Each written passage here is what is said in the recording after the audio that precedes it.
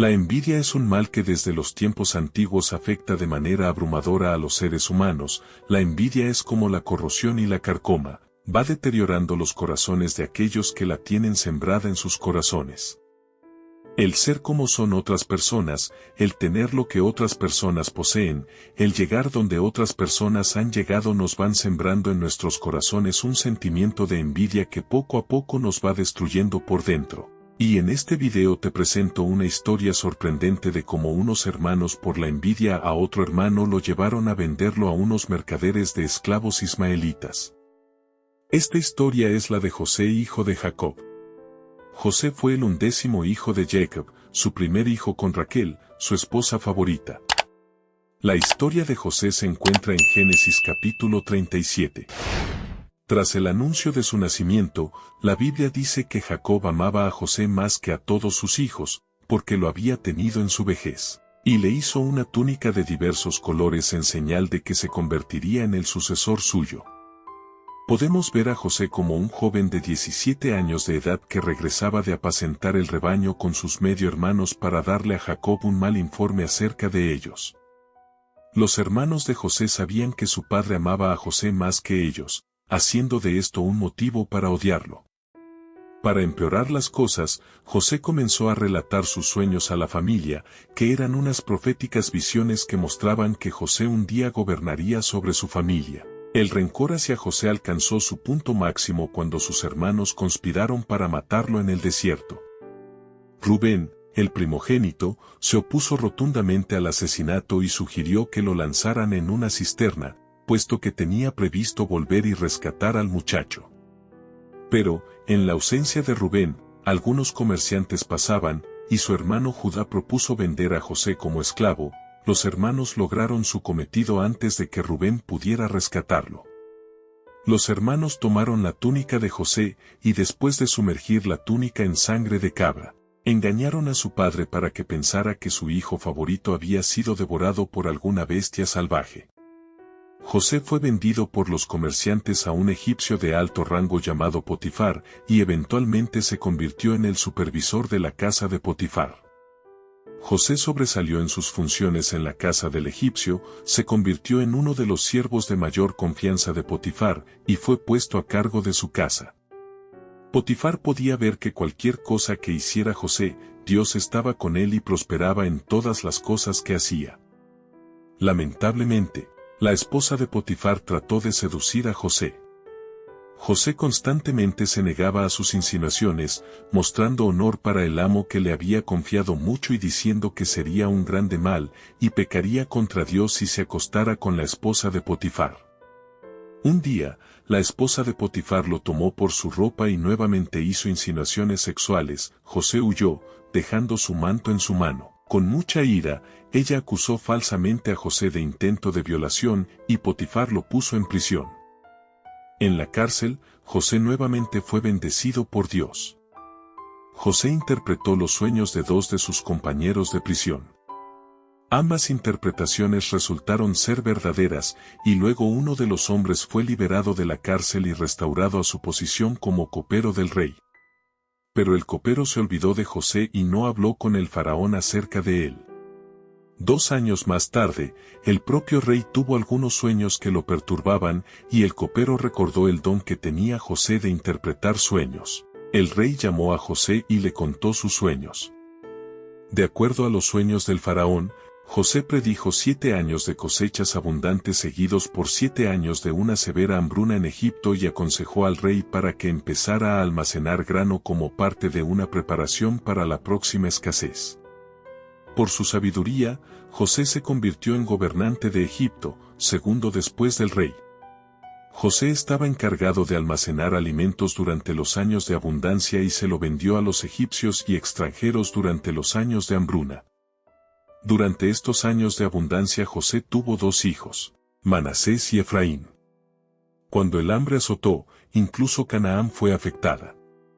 Jacob envió a 10 de sus hijos a Egipto para comprar grano. Jacob no dejó que Benjamín, su hijo más joven y el único otro hijo de Raquel, se fuera.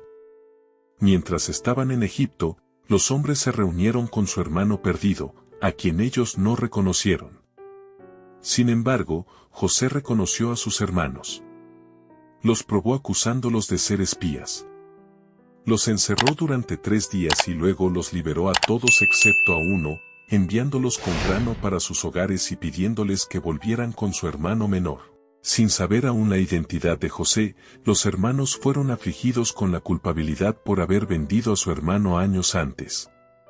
José escuchó su discusión y se apartó a llorar.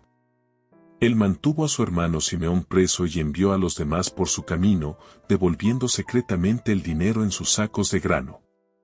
Cuando los hermanos más adelante se dieron cuenta que les habían regresado el dinero, temieron aún más. Una vez en casa, le dijeron a Jacob todo lo que les había sucedido. Jacob lloró de nuevo la pérdida de José y a eso añadió la pérdida de Simeón. Jacob se negó a enviar a Benjamín, a pesar de la promesa que Rubén hizo diciendo, «Harás morir a mis 2 hijos, si no te lo devuelvo, entrégalo en mi mano, que yo lo devolveré a ti». El hambre llegó a ser tan grave que Jacob aceptó. Judá persuadió a Jacob que enviará a Benjamín con él, dando su propia vida como garantía. Jacob estuvo de acuerdo, enviando también de las mejores frutas y el doble del dinero para el grano. Cuando José vio a los hombres, ordenó a sus siervos que sacrificaran un animal y prepararan una comida para que José cenara con sus hermanos. Temerosos por la invitación a la casa de José, los hermanos se disculparon con el mayordomo de José por el dinero que había sido devuelto la primera vez. El mayordomo de José los tranquilizó y trajo a Simeón.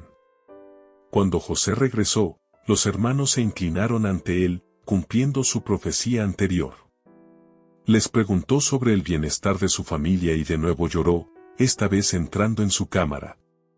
Cuando los hombres se sentaron a comer, en una mesa aparte de José, se quedaron sorprendidos de ser puestos en la mesa por orden de nacimiento. A Benjamín le dieron 5 veces más la porción que los demás hermanos recibieron. Antes de enviarlos de vuelta a su padre, José nuevamente probó a sus hermanos devolviendo el dinero en sus sacos de grano y poniendo su copa de plata en el saco de Benjamín. Él dejó que los hermanos iniciaran en su viaje y, luego, envió su mayordomo tras ellos para fingir ira y amenazar con matar a Benjamín. En presencia de José, Judá abogó por la vida de Benjamín, diciendo que, si Benjamín moría, también moriría Jacob. Judá habló del duelo de Jacob por la pérdida de José y la convicción de que su padre no podría soportar si perdía a su otro hijo. Judá también habló de la promesa que le hizo a Jacob y ofreció su vida por la de Benjamín.